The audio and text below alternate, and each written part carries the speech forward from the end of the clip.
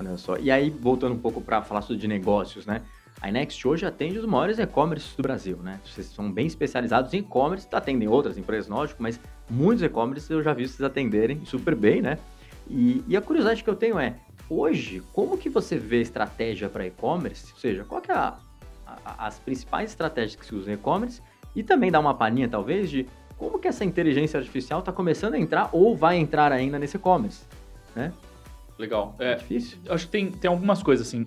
A visão que a gente tem de comércio eletrônico não é uma visão de produto, tá? Então, Perfeito. não significa que a gente só presta serviço para o cara que vende caneca. Sim. A nossa visão de comércio eletrônico é uma visão transacional. Perfeito. Então, tudo que gera algum tipo de transação na internet é o que a gente entende como sendo potencial cliente nosso, né? Então, um lead é uma transação que aconteceu. Perfeito. Então, a gente tem clientes que a gente gera leads e que a gente enxerga com uma visão de performance também no final do dia, né? E que precisa ser utilizado criatividade para poder encontrar os melhores caminhos e as melhores soluções para poder potencializar a performance, né? Então, isso é a abrangência do nosso escopo de serviço. E aí, quando a gente está falando sobre comércio eletrônico em si, de produtos e serviços mesmo, houve uma mudança bastante significativa, principalmente pós-pandemia, dos sites proprietários para os marketplaces, né? Então, os marketplaces ganharam muito espaço, né? A Amazon, o Mercado Livre, a Magazine Luiza, eles acabaram, a própria Americanas, mas isso até o começo do ano. Então, assim, teve todo um processo de migração que esses caras acabaram crescendo mais do que a média do mercado. Então, hoje, quando a gente olha para a dinâmica do mercado de comércio eletrônico para venda para consumidor final, B2C, a gente olha que os marketplaces, eles acabaram capturando uma fatia muito grande, aproximando o mercado brasileiro muito mais do que são os mercados lá fora, né? Quando você pega Estados Unidos, ele é dominado por Amazon e por grandes marketplaces, China, a mesma coisa, Europa, a mesma coisa, né? Então, tá tendo uma confluência aí, e o que a gente enxerga hoje é que tem tido uma aceleração muito grande da questão da comunicação dentro desses marketplaces, né? Entendi. Provavelmente já deve ter discutido aí sobre essa questão dos fins dos cookies que vão ter. Sim. Uma discussão bem... Essa complicada, né? Complicada, bastante relevante, mas eu acredito que cedo ou tarde isso vai acontecer também mais rápido do que a disseminação da inteligência artificial, por questão de privacidade de dados e por questão do poder que esses caras muito grandes têm também. Perfeito. Por que um Meta menos, mas por que a Apple, por que o Google, por que a Amazon precisam compartilhar as informações que eles têm? Eles não querem compartilhar, porque eles já têm todas as informações. Sim, exatamente. Eles querem mais que esses caras só fiquem dentro do cercadinho deles, né? Do ecossistema deles ali. Do ecossistema deles. Então, eles vão forçar o mercado a fazer com que não haja mais a distribuição dos cookies, né? Então, vai ter um período de adaptação. E aí, cara, quem tiver mais acesso vai ter um ativo muito grande, porque vai ter a capacidade de comunicar com essas pessoas, né? E aí vai ver uma mudança da forma como você estrutura a comunicação digital, né? E aí os marketplaces dentro do universo do comércio eletrônico são um player muito relevante, porque eles têm acesso a muita informação. Sim. No Brasil, cara, o Mercado Livre tem 60 milhões de consumidores. Assim, você pega a população economicamente ativa, os caras têm mais... Não sei se é mais da metade, precisa checar esse número. Tem um bom número, né? Um bom número, né?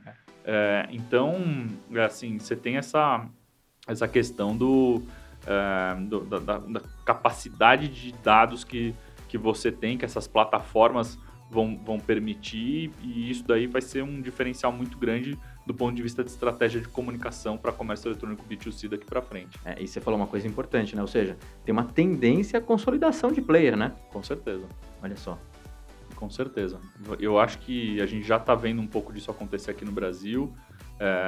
Não necessariamente em todos os segmentos, mas, por exemplo, você pega uma Tokstok, uma Mobile, falando que vão se fundir. Você já vê aí um movimento do que é que está acontecendo com a Americanas, que está fechando uma loja por dia e que não está no processo de recuperação judicial. A Via também passando por um desafio muito grande. Então, vão haver movimentos aí de consolidação. Imagina, o varejo sempre foi um negócio muito dinâmico, né? Sempre aconteceu muito também. isso. Um mercado difícil. Agora, tem um ponto importante que você falou. Você falou assim, pô, Tokstok e a Mobile vão se unir. E é curioso, porque quanto mais essas empresas se unem, mais dados elas têm. Mais. E olha só, e aí a gente volta para aquela conversa de inteligência artificial, né? Eu estava tendo uma discussão outro dia e foi sobre inteligência artificial, o porquê que a inteligência artificial não bombou já anteriormente. Porque, assim, tem muita coisa de inteligência artificial que, assim, as formulações, os papers, não são de agora, são de anos atrás. Sim. E aí a discussão é, primeiro, porque não tinha hardware para fazer o negócio. Mas o segundo é porque não tinha dados. Então você não tinha os dados formalizados em termos digitais. Aí depois que você começou a ter, ainda você não tinha uma quantidade de dados suficiente. Que aí começou a entrar a Big Data. E aí que você começou a ter uma quantidade de dados suficientes, hoje, por exemplo, não seria possível ter um chat GPT sem a quantidade de informações que estavam disponíveis na internet. Simples assim. E aí você começa a olhar para essas empresas e fala, poxa, cada vez que o e-commerce está se juntando com o outro, ele tem mais informações para fazer um trabalho diferenciado, principalmente quando você pensa em inteligência artificial. Com certeza. Olha só. Vai ter mais escala e com certeza... Assim, se fala muito, né, sobre a questão de quem vão ser as empresas que vão ser as vencedoras aí desse novo mundo com inteligência artificial, né?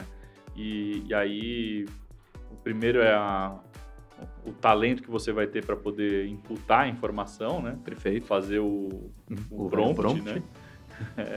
E o outro é a quantidade de dados que você vai ter proprietários, né? Sim. E a grana, né? Ou seja, que é a capacidade computacional. Exatamente. E aí você está olhando o quê? Quem que atrai os maiores talentos, né?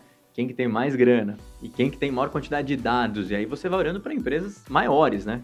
Tem até um negócio super curioso, João, que eu estava vendo esses dias também, numa apresentação do Scott Galloway, né? Que ele fala que pela primeira vez na história, a quantidade de artigos científicos para a tecnologia produzido por empresas é maior do que pela academia nos Estados Unidos. Olha só que curioso isso, hein? Interessante. E aí você vai ver a quantidade de PhDs que tem hoje no Google, no Meta, na Apple, na Amazon, na OpenAI, na Nvidia. Ela é enorme, enorme. E antes o PhD era um cara que ficava restrito à universidade, né? Era mais acadêmico Era mesmo, acadêmico, né? E esses caras estão migrando tudo para essas empresas. Então, a produção do conhecimento ela vai deixar de ser uma faculdade do Estado e vai passar a ser uma faculdade privada. Olha só que interessante. E isso daí pode mudar muita coisa, né? Porque o privado depende de entregar valor pro acionista, diferente do Estado que tem que entregar o bem-estar para a sociedade, né? Com certeza, né? Então, a gente vai ver também algumas mudanças em cima disso. E quanto mais informações essas empresas tiverem, quanto mais talento elas tiverem, mais poderosas elas com certeza. Elas vão ficar, né? Então vai ser um negócio curiosíssimo.